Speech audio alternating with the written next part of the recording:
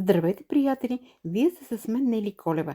Предоставям ви много интересна информация, а именно кои хора се намират в лична година 3 през 2026 година. Според нумерологията, ето кои рожденици ще попадат в лична година 3 през 2026. Хората, родени на следните дати. Родените на 1, 10, 19, 28 дата от месец януари. Родените през 10 месец октомври ще са в тази вибрация на тройката, на същите дати, но след рожден ден. На 9, 18, 27 дата от месец февруари. И родените през ноември месец на същите дати ще попаднат в тази вибрация на 3, но след рожден ден. На 18, 17, 26 от месец март ще попаднат в вибрация на тройката.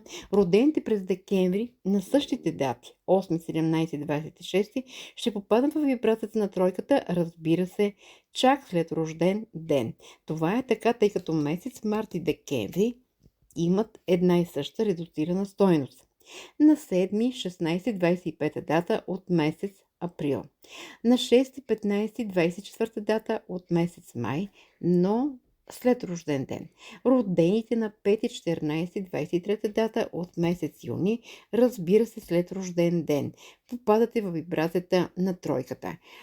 Родените на 4, 13, 22, 31 дата от месец 7, но след рожден ден. Ако сте родени на 3, 12, 21, 30 дата от месец 8 август, след рожден ден сте в тази вибрация на 3. През месец септември, родените на 2, 11, 20, 29 дата, вие се намирате в лична година 2 до рожден ден и в лична година 3 след рожден ден.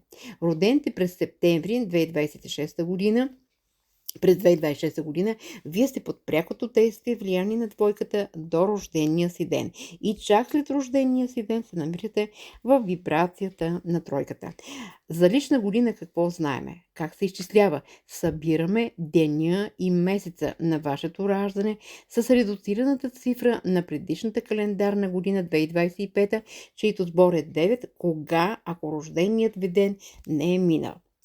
И на самият рожден ден вече събираме с текущата година 2026, чието редуциран сбор е равно на единица. В нумерологията получен сбор от цифри се редуцира до едноцифрено число. За още интересна информация, телефони за контакт с мен Нели Колева 038 74 21 78.